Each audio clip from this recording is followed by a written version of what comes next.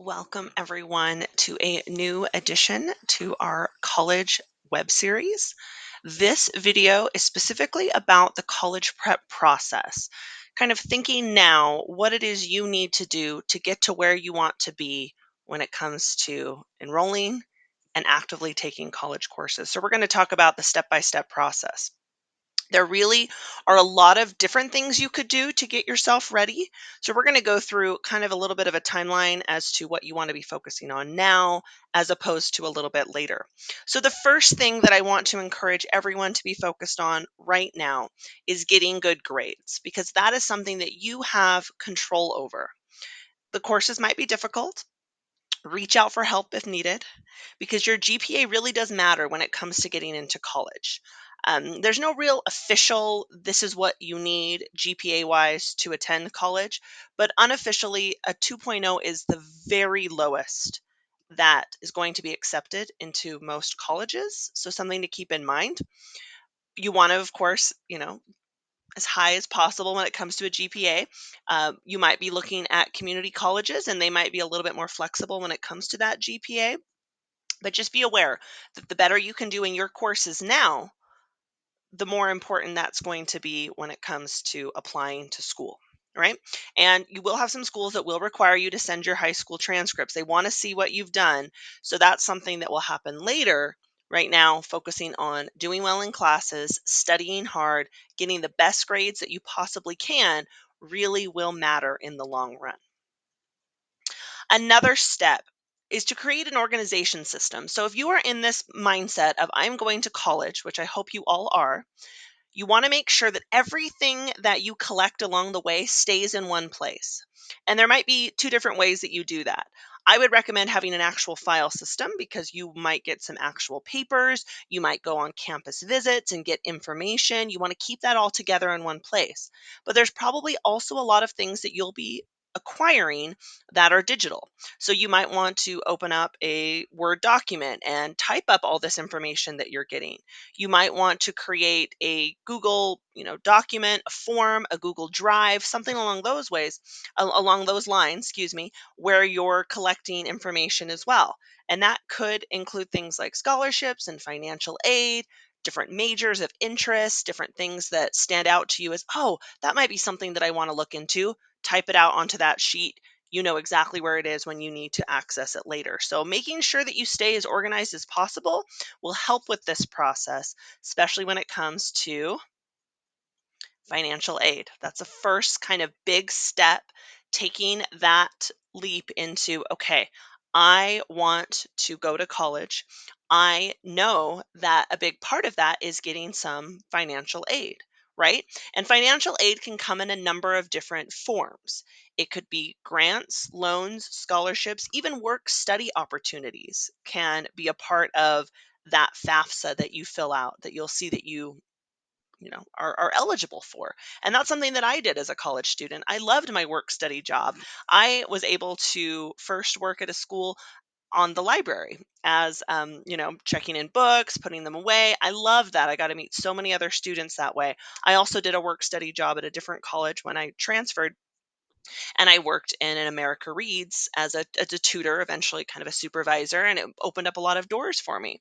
So there really are a lot of opportunities there. Okay. So FAFSA is released on October 1st of every year. So know that you can apply even if you have not completed your final credits. You can still apply and get, that taken care of, that piece. And then, you can also kind of look into financial aid in the actual school that you go to when that time comes. But the first step is seeing what you are eligible for and what you qualify for when it comes to FAFSA.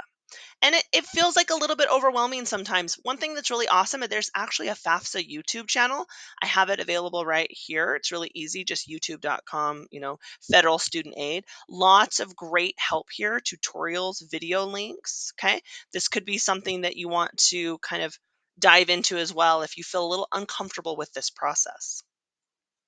The next thing, doing research on schools. So once you've kind of started checking off these things that you're doing, start to look into schools, ones that are maybe close by, ones that offer hopefully programs that you want to pursue, whether it's on ground, whether it's online, right?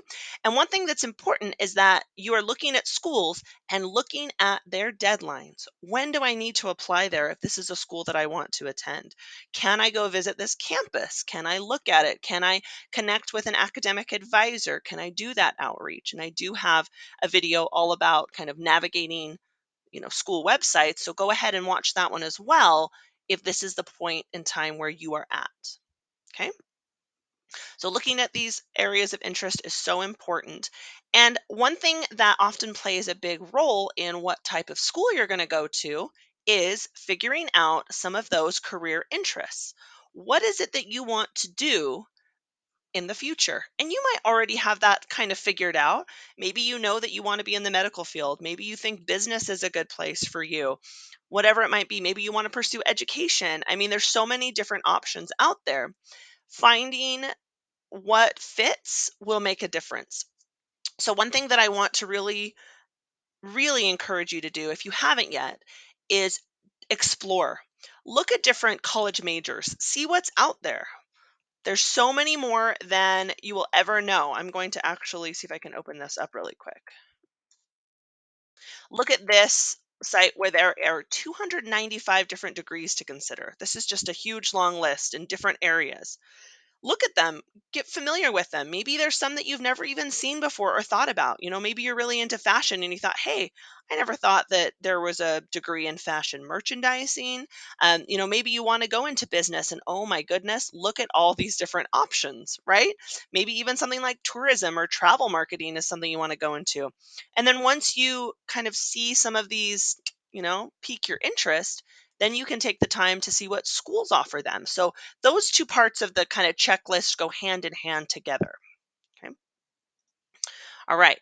So next, if possible, building some relationships with mentors is something that can really benefit you as well. That means teachers, advisors, employers, people who can support you along the way, people who can even along the lines, you might need a letter of recommendation.